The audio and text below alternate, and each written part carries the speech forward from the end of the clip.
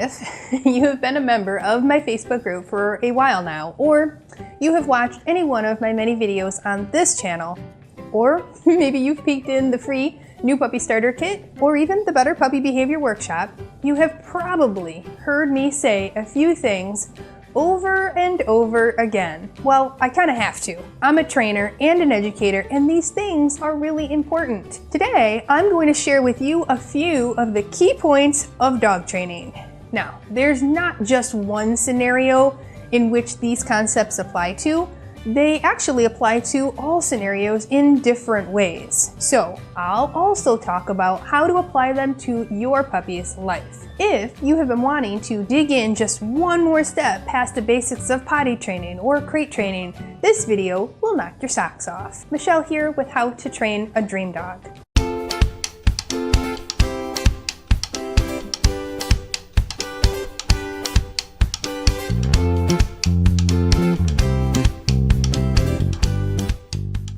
Now, before I share 9 tips with you today, be sure to hit that subscribe button so you get notified when the next lesson goes live. I have 9 tips that I want to tell you all about today. Well, actually I have a lot more than that, but that's all the time we have for today, so we're just going to keep it at 9. Let's get started. My first trainer phrase is reinforcement builds behavior. Another way to say this that you might have heard from me or any other trainer on my team is you get what you pet, you pay your dog, or you reinforce what you want more of.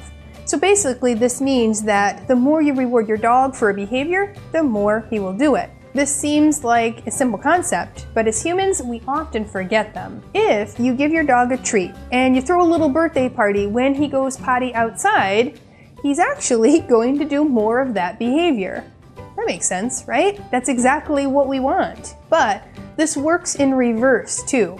So if you accidentally reinforce a behavior you don't want, it'll be a harder habit to break.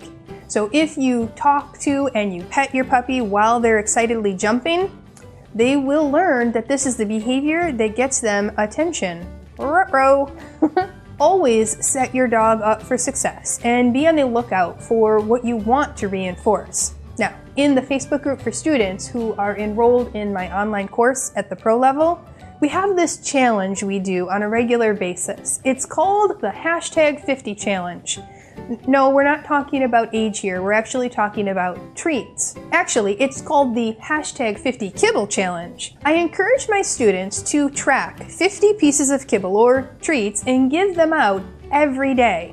Yes, that is 50 pieces every day to praise their dog for doing the right behavior that they like. Don't worry, we aren't overfeeding our dogs every day either, because these treats or pieces of kibble are coming from their meals. If you take out a small portion from each of their meals, you won't be overfeeding them. You will be using a part of their meal as training time. So, if you like it and you want to see more of it, reinforce it. If you're seeing a lot of it and you don't want it, check to see if there's an accidental reinforcement somewhere, somehow. Insider tip, this actually works for humans too. Okay, moving on to my second trainer tip.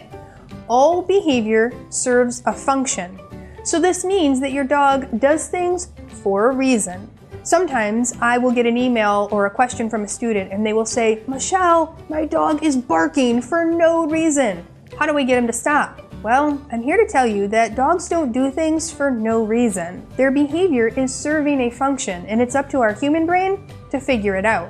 Your brain is so much more complex than a dog's brain, so you'll have to do more of the work here to figure out what's going on. This can be hard, and it does involve a lot of questions and trying to think a little more simply. But with time and training, you can figure it out. This is something we do a lot in the online course. A lot. Especially in our Zoom calls. If you've got a behavior that you think is happening for no reason and you need to address it, I think you'd actually love the online course that can teach you how to become a dog detective. Okay, my next phrase is all about a word that is a big nope for me. Stubborn. This word just sends shivers down my spine when I hear it being used to describe a dog. When you call a dog stubborn, you are judging their potential based on your limitations as their trainer. Your dog is not stubborn. Remind yourself that your puppy is not giving you a hard time. They are having a hard time. Puppies may seem like they refuse to do things, but usually they are, number one, confused. Remember, they don't speak our language or think the same way we do. Number two, they are missing the proper motivation for him or her to do whatever you want them to do. Number three, there's a lack of reinforcement history, which means not enough practice with this skill. Or, number four, they're flooded with information and they're overstimulated. It's up to us as the humans to figure out what's going on and how to approach the situation differently. Now, a really common scenario that happens a lot is with puppies who have just finished all their vaccinations. Owners think this is such a great time. We are going to head out the door and hit the road and go for a walk. We've got the collar, we've got the leash, we've got the bag of treats. Throw open the door, set out on the first puppy walk with excitement. Yeah, not so fast. A lot of times the puppy actually lays down and they won't get up and go, no matter how much of a party you throw for them. We call this pancaking. No, your dog is not being stubborn. In this situation, puppy is overstimulated and flooded with so much new information. He doesn't know what to do or how to do it. The birds singing, the smell from the neighbor's cat, the bus going by a block away, a plane flying overhead, and last night's barbecue 3 streets over. All this is so new, and there's no way he's going to approach this the same way and with the same enthusiasm as you do. So, the next time your puppy refuses to do something or pancakes, review these reasons and try to think more like a trainer or more like a dog. Are you ready for the next saying? Here goes. Set up pre-training sessions, like a dress rehearsal for the big show. Setting our puppies up for success is so important. We have to train and prepare our puppy before they get into a situation where we need them to perform a specific behavior really well. This means we can't expect to make progress on the skill or the behavior in the exact moment we need it, because the distraction level will be too high at that time. A pro golfer doesn't learn how to putt at the Masters. A kicker isn't practicing for the first time at the Super Bowl. Nicole, one of our other trainers, says those phrases often, and they make so much sense, don't you think? Your pup isn't going to learn how to act in the middle of an exciting and distracting situation. We have to set up practice sessions with nothing going on first, and then gradually turn up the training dial to eventually equivalent to the distractions going on at the time you really need your dog to perform well. In the comments below, tell me if these training concepts are making some sense. Alright, next up, train the dog that is in front of you. Now, we all have an idea of what a dream dog is, right? It is important to recognize the pup that we are working with for who they are. We can't place expectations on our dog because we want them to act a certain way or love a certain thing. Your pup is an individual with preferences and aversions to different things. Furthermore, they only know what you've taught them, whether you meant to or not. Now, if you have a goal for your pupper, I want you to first ask, is the dog capable and willing to meet this goal? Be realistic here, have realistic expectations. Then I want you to ask yourself, what steps do we need to take in order for this goal to be met? So keep in mind that training should be fun for everyone involved. If you need some help with setting appropriate expectations, be sure to check out this video here. Now, my 6th tip is one of my favorites, and it is so important in dog training. It's turn up the training dial slowly.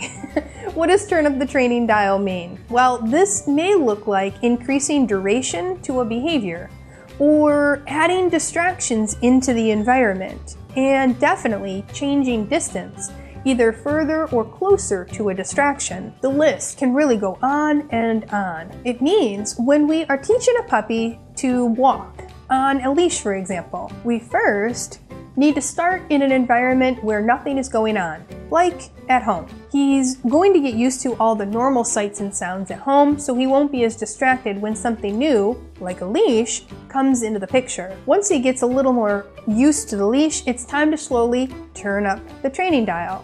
That doesn't mean heading outside into your neighborhood or to the park. It means going to your backyard and working on training there first. Then maybe the driveway, then maybe one house away, and finally, maybe to the end of the block. Now, how fast do we turn up that dial? Only as fast as your puppy is comfortable. Not at the speed you want to go, which is usually a lot faster than the dog can handle. This is where your knowledge of canine body language will come in handy. Bottom line, don't crank up that dial too quickly. All right, moving on to tip number 7. Make the right choice the easiest choice. Why make life harder? We want easy peasy. Don't you agree? By properly managing your puppy's environment and slowly turning up the training dial for our pups, we can make life easier on everyone involved. If you know that your puppy likes grabbing a hold of shoes near the door, block access to the shoes or move them to a new location. And take the time to work on impulse control around the shoes. Don't set your puppy up to fail. That won't help anyone. Did you catch what I said there about blocking access to the shoes and working on impulse control? We can't have one of these things without the other, or we're just going to be going in circles. Always remember to make the right choice, the behavior you're looking for, the easiest choice. Puppies are like babies, and they can run, and they can put things in their mouths, and they can play. So set them up for success and don't expect the world from them. Remember who the adult with the critical thinking skills in this situation is. Hint, hint, that's you. It's so common for us to tell our puppy no without any follow-up, so they don't know what they're supposed to do instead. That would be like telling the hairdresser the one thing you don't want done to your hair, but never telling her what you do want. I don't know about you, but I am not willing to take that gamble. I'd rather tell her what I do want, so I don't walk out with something that I hate. So, if you've been telling your dog no without teaching them what you want them to do instead, they are still going to be just as confused as they were before. Let's move along here.